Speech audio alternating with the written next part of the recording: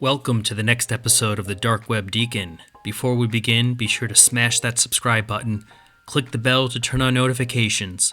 New videos are published every Monday and Thursday, and as always, be sure to like and provide comments. The debate around cell phones and the radiation that they emit impacting your health in a negative fashion has been going on for almost 20 years. And with the emergence of 5G technology around the world, this debate is hotter than ever.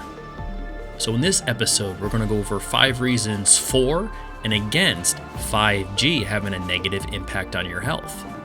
It all comes down to the question, is there a known and predictable biological effect of signals at 5G millimeter wavelengths?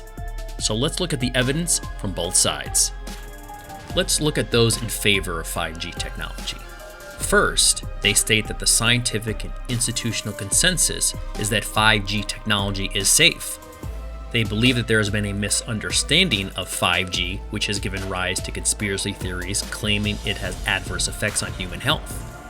They say there's been a number of concerns over the spread of disinformation in the media and online regarding the potential health effects of 5G technology. For example, writing in the New York Times in 2019, William Broad reported that RT America, a Russian TV network funded by the government, began airing programming linking 5G to harmful health effects which lack scientific support, such as brain cancer, infertility, autism, heart tumors, and Alzheimer's disease. The Swiss Telecommunications Association has said that studies have been unable to show that 5G frequencies have any health impact.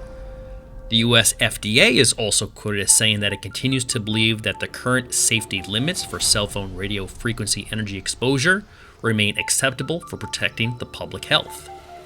Second, pro-5G advocates point out that most 5G signals are going to use low-band and medium-band signals similar to frequency power of 4G. In fact, 5G in the US is expected to use low-band 600 MHz frequencies as well as mid-band spectrums in the 1 GHz to 4 GHz bands. But for operators such as AT&T and Verizon, they are targeting higher frequency bands for 5G that are up to 40 GHz. Third, proponents noted that all 5G is still in the non-ionizing spectrum. What this means is that radiation in this spectrum does not have enough energy to break apart DNA and cause disease such as cancer. Unlike ionizing radiation from gamma rays, X-rays, and UV rays from the sun, the radiation in this spectrum is strong enough to rip apart molecules and atoms and cause cell damage. The fourth piece of evidence for those in favor of 5G is the zebrafish test. Researchers at Oregon State published results from a study in which they exposed embryonic zebrafish to 3.5 GHz radio frequency radiation. And they found no significant impact on mortality or how the embryos formed. Turns out zebrafish react surprisingly similar to human cells and are often used to discover interactions between environmental stressors and biological systems. And fifth, thousands of studies have been performed by governments, cell companies, activist groups, and independent agencies. Out of the thousands of studies that have been conducted over the past 2 decades, most of the studies published so far on the use of traditional cell phone service in the RF range haven't found a link with the development of tumors at all. And other studies that maybe have shown some type of link, like the 2011 World Health Organization paper, have had mixed or inconclusive results once they've been peer-reviewed. Now let's look at the opposite side of this debate and those who are against 5G. First, almost all studies that cite that cellular radiation has no impact on biology are looking at 2G, 3G, and 4G systems and not 5G. There still is not a lot of research in the area of 5G technology and cellular radiation and its impact on biological entities. Second, the Department of Defense sponsored studies in the late 1990s and early 2000s looking at the use of millimeter wavelengths as a non-lethal weapon. The active denial technology that the military employs uses very high-frequency millimeter wavelengths above 94 GHz in order to produce intense burning sensations that barely penetrate the skin and stop when the transmitter is switched off or when the individual moves out of the way of the beam.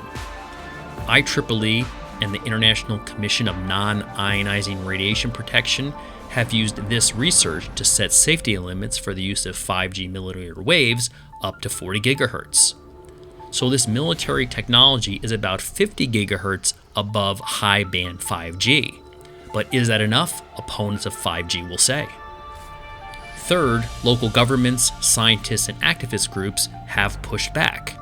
In 2019, 180 scientists from 36 countries wrote the European Union requesting a pause on 5G rollouts because of their concerns about possible health risks. In April 2019, the city of Brussels in Belgium blocked a 5G trial because of radiation rules. In Geneva, Switzerland, a planned upgrade to 5G was stopped for the same reason. Several leaders in the United States Congress have written to the Federal Communications Commission expressing concerns about potential health risks. Also, after campaigning by activist groups, a series of small localities in the UK, including Totes, Brighton, Hove, Glastonbury, and Frome, passed resolutions against the implementation of further 5G infrastructure. The fourth reason those who are against 5G technology often cite is that because signals transmitted over some 5G waves are limited in range and can't penetrate objects like walls or even leaves on trees, networks using these frequencies will require radios on every city block, versus 4G gear that transmits over several miles. This means that 5G will require up to 5 times the amount of infrastructure as 3G or 4G deployments. Not only will there be more 5G radio transmitting signals, but the radios will be even closer to you. The sheer volume of devices transmitting signals so close to people is what concerns activists and lawmakers. And the fifth reason, often cited for those against 5G, is from a 2011 World Health Organization study, which is often cited as evidence since in that report, very high cell phone usage, measured as a user's cumulative call time, seemed to increase the risk of a particular subtype of brain tumor.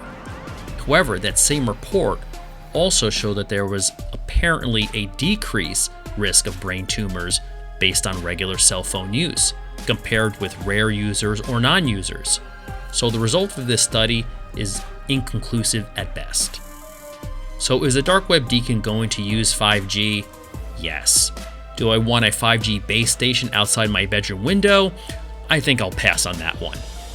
What I think is clear is that more studies are needed specifically around 5G for all of us to sleep better and feel confident using this new technology over our lifetime.